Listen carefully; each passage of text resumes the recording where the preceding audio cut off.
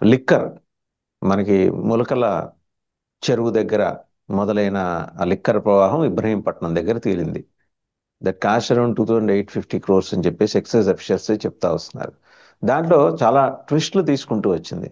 ఇదంతా ఏంటంటే వైసీపీ అవశేషాలు మా మీద వదిలేసి చేయటం వల్లే ఈ ఇదంతా జరుగుతుంది. ఈ కుట్ర ప్రకారం చేస్తుందని చెప్పి నిన్న చంద్రబాబు నాయుడు గారు ముఖ్యమంత్రి, గౌరవ ముఖ్యమంత్రి వారి ఎంపీలతోటి, టీడీపీ ఎంపీలతోటి వైసీపీ నేరగాళ్ల పట్ల అప్రమత్తంగా ఉండండి అని చెప్పేసి జగన్మోహన్ రెడ్డి గారి పట్ల రెండు విశేషణాలు కూడా వాడారు. వీటి మీద సమగ్రంగా చర్చించడానికి మనతో ఉన్నారు పొలిటికల్ అనలిస్ట్ పురుషోత్తం రెడ్డి గారు. నమస్తే పురుషోత్తం రెడ్డి గారు. నిన్న ముఖ్యమంత్రి గారు ఢిల్లీ పర్యటనకి వెళ్ళారు సార్. ఆ, వెళ్ళి వాళ్ళ ఎంపీలకు దిశానిర్దేశం చేశారు. వైసీపీ నేరగాళ్ల పట్ల ఎంత అప్రమత్తంగా ఉండాలి, అసలు వాళ్ళు నేరాల్ని ఎట్నుంచి ఎలా పుట్టించుకొస్తారు, మనం అప్రమత్తంగా లేకపోతే ట్రాప్లో పడిపోతాం అని వా హెచ్చరిక చేశారు. ఆ, ఇప్పుడు ఇది కూడా, ఈ లిక్కర్ స్కామ్ కూడా వైసీపీ నేరగాళ్ల సృష్టి అట. అంటే లిక్కర్ స్కాము వైసీపీ వాళ్ళ సృష్టి కాదో కానీ ఆంధ్రప్రదేశ్ ప్రభుత్వం ప్రస్తుతానికి సిట్ వేసింది కదా. ఆ సిట్ ఉమ్, మాత్రం వైసీపీ ప్రభావం అని చెప్పగలం. ఉమ్, ఏదైతే సిట్ ఉమ్, వేసి విచారించాలనుకుంటున్నారో అది మాత్రం వైసీపీ ప్రభావం అని చెప్పదలుచుకున్నా. ఎందుకంటున్నానంటే నెంబర్ వన్, నిన్నే రాష్ట్ర వ్యాప్తంగా అన్ని ప్రాంతాల్లో వైఎస్ఆర్ కాంగ్రెస్ పార్టీ వాళ్ళు జగన్మోహన్ రెడ్డి గారి పిలుపు మేరకు ఆందోళన చేశారు ఎక్సైజ్ కార్యాలయాల ముందు. అంటే మొలకల చెరువు కావచ్చు అనేక చోట్ల వస్తున్నటువంటి ఈ కల్తీ మద్యం కానీ ఉత్పత్తి కానీ ఇవన్నీ జరుగుతుందానికి వ్యతిరేకంగా ప్రభుత్వానికి వ్యతిరేకంగా చేశారు, బెల్ట్ షాపులకు వ్యతిరేకంగా వాటిలో. ఇప్పుడు సిట్ వేశారు. సిట్ నేను స్వాగతిస్తాను. ఎందుకంటే సిట్ వేసి తాడోపేడో తేల్చాలి. కానీ ఇట్లాంటి దశలో చంద్రబాబు నాయుడు గారు దీని ఇంటర్ప్రిటేషన్ చేసే పద్ధతి చూస్తుంటే వైసీపీ నేరగాళ్ల పట్ల అప్రమత్తంగా ఉండాలని వాళ్ళ ఎంపీలకి చెప్పడం అంటే, చెప్పాల్సింది ఎవరు? నిజంగా వైసీపీలో నేరగాళ్ళు ఉంటే లేదా ఇట్లాంటి వాటిలో ఉంటే పోలీసులకు చెప్పాలి. ఎక్కడెక్కడ దొంగసారా జరుగుతుందో, ఎక్కడెక్కడ మాల్ ప్రాక్టీస్ జరుగుతుందో వాళ్ళ పట్ల అప్రమత్తంగా ఉండండి, తాట తీయనని చెప్పండి. మీరు చెప్పాల్సింది పోలీసులకి. వైసీపీ తెలుగుదేశం ఎంపీలకి జాగ్రత్తగా ఉండాలంటే బస్ ఇప్పుడు ఒక ఆరోపణ ఏమొస్తాం తంబలపల్లిలో, వైసీపీ నుంచి వచ్చిన ఒక ఆయన తెలుగుదేశంలో చేరిన తర్వాత ఇది చేశాడంట, వాళ్ళు చేర్చుకోవద్దని చెప్తున్నాడా, వాళ్ళతో జాగ్రత్తగా ఉండమంటున్నాడా, వాళ్ళకి సహాయం చేయొద్దంటే నాకు అర్థం కాదు. సమస్య వాళ్ళతో మీ ఎంపీలు ఏం జాగ్రత్త, లేకపోతే మీ ఎంపీల పట్ల ఏమైనా అనుమానం ఉందా అంటే వీళ్ళు ఏమైనా ఉమ్, వైసీపీలతో ఉన్నారని. అంటే ఒకటి సమస్య, వాసుదేవన్ గారు, ప్రభుత్వానికి వ్యతిరేకంగా వచ్చింది. ఆ సమస్యని ఉమ్, క్లించ్ అవుట్ చేసేసేయండి. ఏదో ఒకటి జరుగుతుంది. దాన్ని అడు తిరిగి నాకు సంబంధం లేదని చెప్పుకోవడం 16 నెలల తర్వాత కూడా నాకు సంబంధం లేదంటే ఎట్లా? ఇప్పుడు ఉదాహరణకు మొలకల చెరువులో కావచ్చు, ఇంకో చోట కావచ్చు, దొరికింది, ఇమీడియట్ గా ఉక్కుపాదం మోపండి, అరెస్ట్ చేయండి, యాక్షన్ తీసుకునేసేయండి.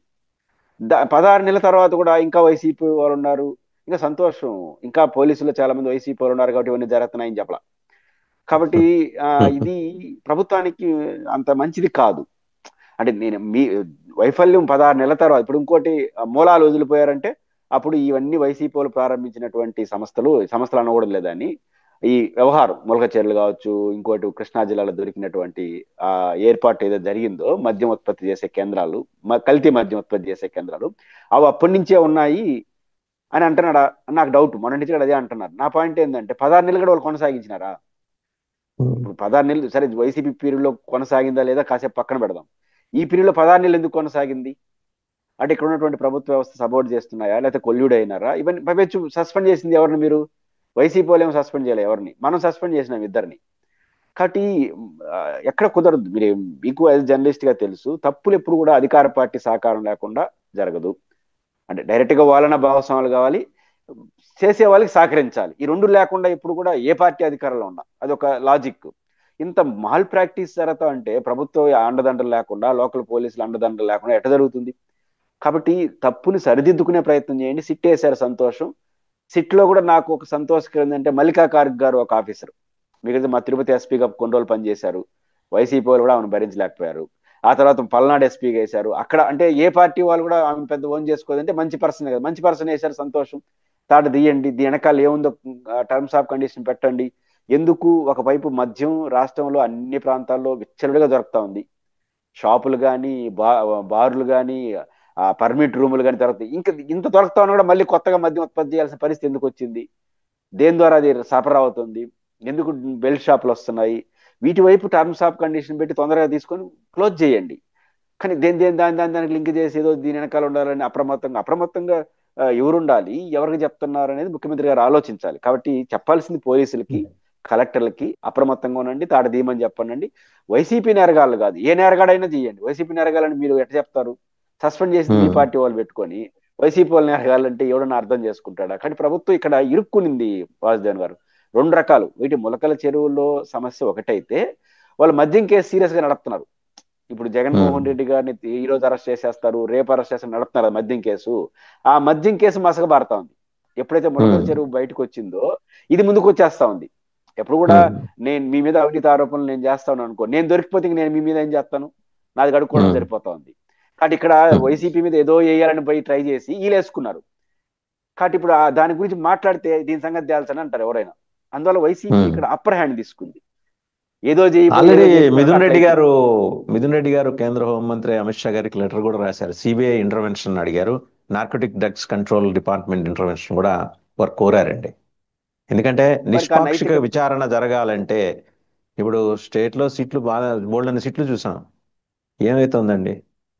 నిష్పాక్షికమైన ఆఫీసర్స్ ఉండొచ్చు కాక, బట్ అవుట్కమ్ అంత ఆశించినంత గొప్పగా ఏముంటలేదు. ఆ గవర్నమెంటే నీ గవర్నమెంట్ అని నేను మళ్ళీ చెప్తున్నానండి. ఏ ఒక్కళ్ళకి ఇది ఆపాదించట్ల ఎవరైనా. అందువల్లే సిబిఐ ఇంటర్వ్యూని కావాలని ఆయన అడిగారు. ఆ వెంబడే సీఎం గారు సిట్ వేశారు. అంటే సీఎం గారు అంటే కుడ్ ఇక్కడ able to grasp the gravity of the situation అని అనుకుంటున్నాను.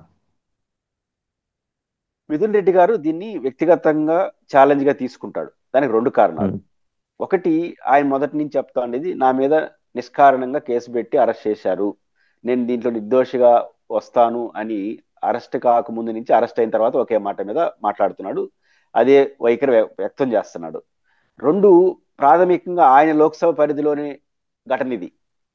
లాజంపేట లోక్సభ పరిధిలోనే తంబలపల్లి ఉంటుంది. ఉమ్, ఇప్పుడు జరిగింది నియోజకవర్గం. పైవచ్చు వాళ్ళ చిన్నాన్న దానికి ఎమ్మెల్యే. కాబట్టి వాళ్ళ అవును. నియోజకవర్గ పరిధిలో ఉంది కాబట్టి ఛాలెంజ్ గా తీసుకుంటాడు. రెండు, ఇప్పుడు ముఖ్యమంత్రి గారు సిట్టేశారు. నిజానిజాలు మొలకల చెరువులో జరిగిన దాన్ని తీసేదానికి సిట్టు పని అని ఉంటే బాగుండేది.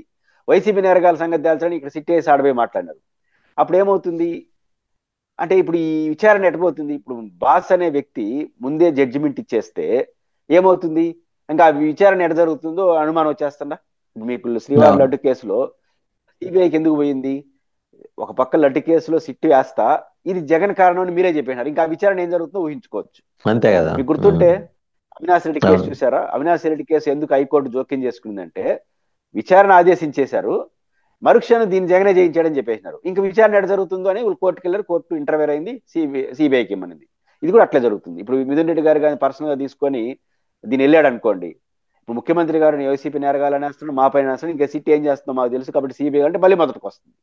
కాబట్టి ఉమ్, ఖచ్చితంగా మిథున్ రెడ్డి గారు పట్టుదలతోనే ఉంటాడు. ఎందుకంటే రెండు కారణాలు, రాజకీయ కారణం ఉంది, రెండోది నైతిక కారణం కూడా. వాళ్ళు లోక్సభ నియోజకవర్గ పరిధి అది.